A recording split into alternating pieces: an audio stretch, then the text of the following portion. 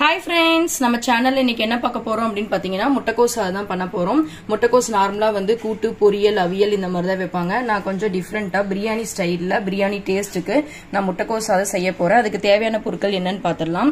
நான் சின்ன முட்டைக்கோஸை வந்து நான் கட் பண்ணி எடுத்து வச்சிருக்கேன்.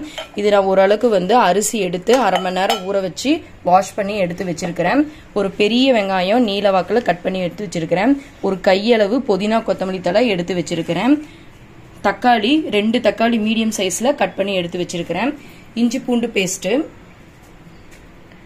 இது பிரியாணி சம்பந்தப்பட்ட பட்டை கிராம்பு பிரிஞ்சி இலை அண்ட் வந்து ஸ்டார் எல்லாம் எடுத்து வச்சிருக்கேன். மஞ்சத்தூள் மிளகாத்தூள் கறி மசால் தூள் தேவையான அளவுக்கு உப்பு. மெயினா வந்து இதுக்கு தேவை பார்த்தீங்கன்னா நெய். வாங்க எப்படி செய்யலாம்னு பார்க்கலாம். நான் வந்து ப்ரெஷர் பேன்ல தான் நான் செய்ய போறேன். இது வந்து அடுப்பை ஆன் பண்ணிக்கலாம். கொஞ்சம் ஆயில் ஆட் பண்ணிக்கலாம்.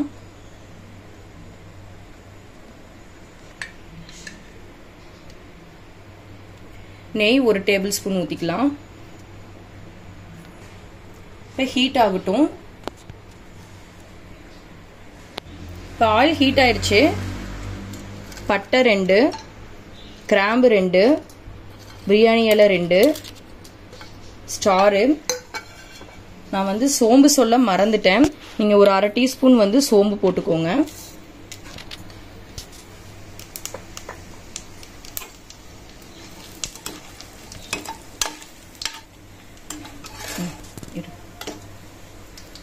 இப்ப வெங்காயம் ஆட் பண்ணிக்கலாம்.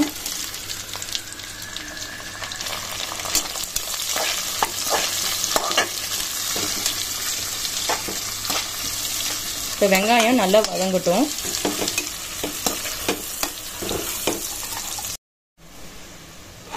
இப்போ வெங்காயம் நல்லா வதங்கிருச்சு. இப்போ இஞ்சி பூண்டு பேஸ்ட் ஆட் பண்ணிடலாம். 1 டீஸ்பூன் வந்து இஞ்சி பூண்டு பேஸ்ட் போட்டுக்கோங்க. நல்லா எண்ணெயிலேயே வதக்கிக்கோங்க.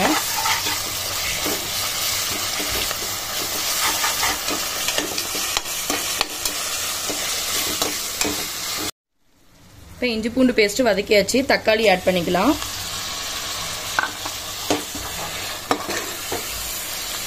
இப்போ தக்காளி வதங்கிறதுக்கு நார்மலாக நம்ம வந்து ஒரு 1/4 டீஸ்பூன் உப்பு ஆட் பண்ணுவோம்.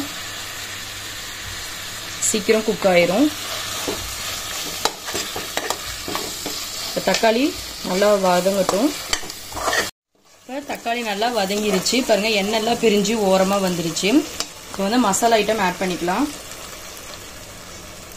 மஞ்சத்தூள் ஒரு 1/4 டீஸ்பூனு, மிளகாத்தூள் ஒரு அரை டீஸ்பூனு,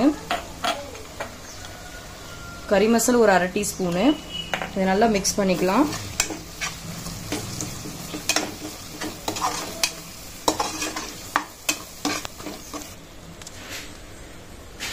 இப்போ புதினா கொத்தமல்லி தழை பாதி பாதியாக வந்து போட்டுக்கலாம். இதையும் நல்லா எண்ணெயிலேயே வதக்கிடலாம்.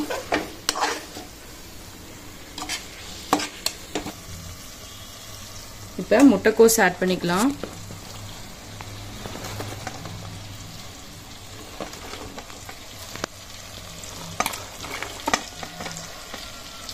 நல்லா மிக்ஸ் பண்ணிக்கலாம் மசாலாவோட.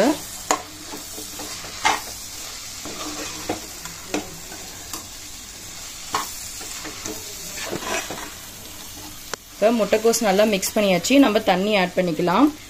1 டம்ளர் அரிசிக்கு 2 டம்ளர் தண்ணி ஊற்றிக்கோங்க. நான் இதில் வந்து 1 உலக்கு அரிசி எடுத்தனால 2 உலக்கு எடுத்துக்கிறேன்.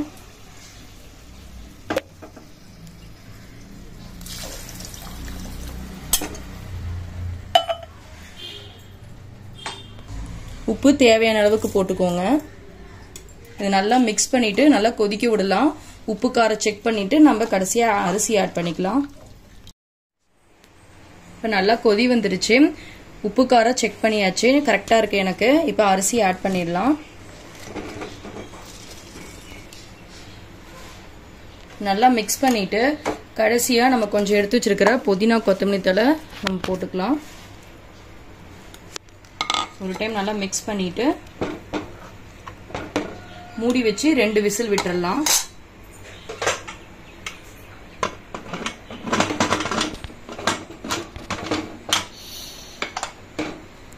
ரெண்டு விசில் வரட்டும். இப்போ நான் 2 விசில் விட்டு இறக்கிட்டேன். சவுண்டு அடங்கிருச்சு. ஓபன் பண்ணி பார்த்துடலாம்.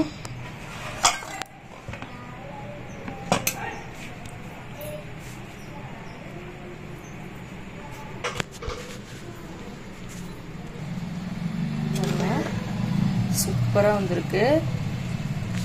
பிரியாணி டேஸ்ட்டுக்கு ஸ்மெல்லுக்கு எனக்கு வந்து வாசம் அடிக்குது. சூப்பரா இருக்கு.